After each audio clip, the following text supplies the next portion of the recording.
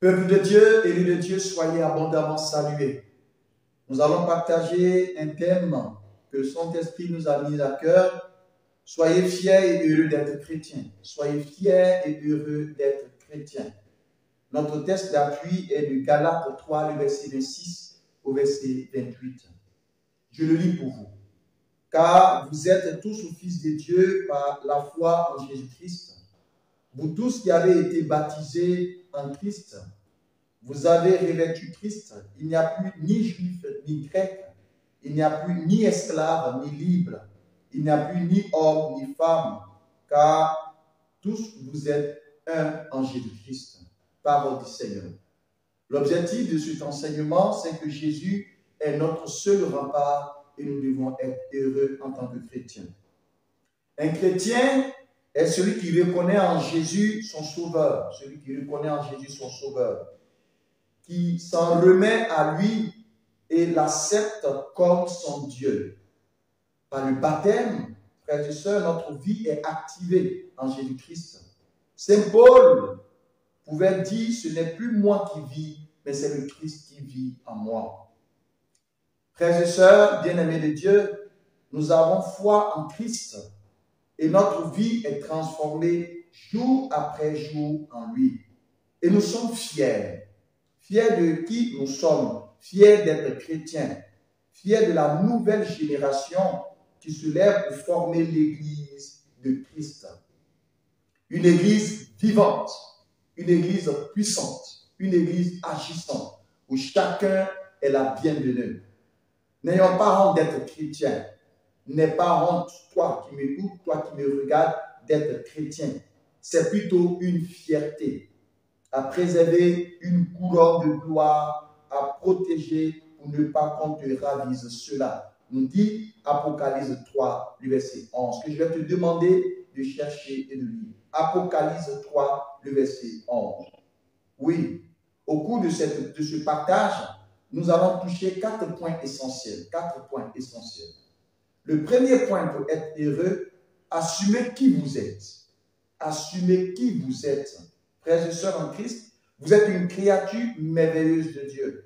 Alors, regardez à tout ce que Dieu a mis de bon en vous.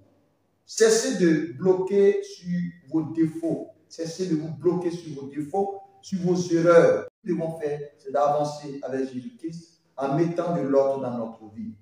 Mettez devant vos yeux toutes vos qualités, vos forces et vos réussites.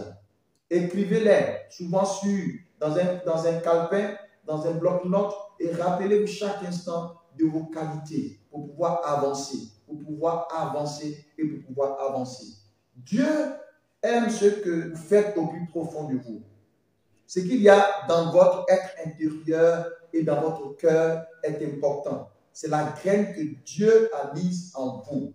Alors, laissez-la germer et grandir, car c'est ce que Dieu veut en vous. C'est ce qui doit porter du bon fruit dans votre vie. Le deuxième élément essentiel, soyez prêts à vivre une vie différente. Oui, frères et sœurs en Christ, vous ressentez que vos choix de vie ne sont pas toujours acceptés et respectés. Mais ne regardez pas ce que pensent les autres, mais essayez d'analyser, d'avoir un discernement profond. Sachez que suivre Jésus impactera forcément tous les domaines de votre vie. Suivre Jésus impactera tous les domaines de votre vie. Alors, en vivant votre foi, vous verrez que vous allez impacter votre milieu de vie. Le troisième élément, vive votre identité en Christ. Vive votre identité en Christ. Peut-être que vous rencontrez des chrétiens seulement à l'église, car ils sont peu nombreux dans votre entourage. Ça peut arriver. Mais croyez que la foi n'est pas morte dans vos familles, ni dans le monde. Un temps de rafraîchissement arrive pour qu'une nouvelle génération se lève pour Christ. Et cette nouvelle génération, elle a commencé à se lever. Il y a beaucoup plus de chrétiens que vous ne le pensez. Il y a beaucoup plus de chrétiens. Alors, nous avons foi en Jésus-Christ. Foi en une église qui relève les autels de Dieu, qui relève les hommes de Dieu, qui aime les personnes et qui leur tend la main. Une église dans laquelle le potentiel de chacun est libéré par la puissance de la parole de Dieu. Mon quatrième élément essentiel, discipline ta vie de chrétien. Discipline ta vie de chrétien. Pour discipliner ta vie de chrétien, vous devez rester connecté à la vie de prière. Et c'est très important, la vie de prière. Mais nous remarquons que beaucoup de chrétiens ne partent plus à la messe, ne partent plus au culte, ne partent plus prier. Ils sont toujours présents dans les soirées de prière, dans les veillées, mais il n'y a plus de communion intime avec Dieu dans la messe et dans la messe. Le chrétien de maintenant n'attend que la préparation de certaines grandes fêtes de l'Église pour dévoiler qu'il est chrétien.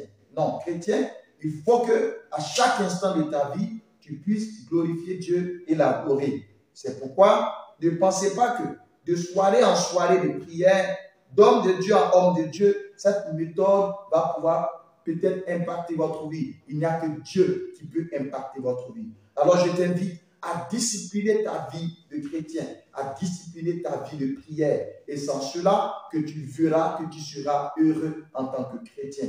Soyez fiers et heureux d'être chrétien. Que Dieu vous bénisse abondamment. Je prie que Dieu te donne la force en tant que chrétien d'avancer. Là où tu t'es bloqué, là où l'ennemi t'a maintenu, que Dieu te relève, que Dieu te relève. Je prie maintenant afin que Dieu descende sa puissance. Si un serviteur de Dieu, une servante de Dieu qui a rencontré un blocage, dans sa vie, je prie que Dieu relève ce blocage afin que tu puisses continuer ta marche vers lui.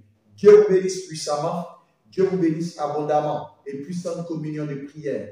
Puissante communion de prière. Soyez fiers et heureux d'être chrétien. Sois fier et heureux d'être chrétien. Sois fier d'être heureux d'être chrétien. Moi, je le suis. Je suis très heureux et fier d'être chrétien.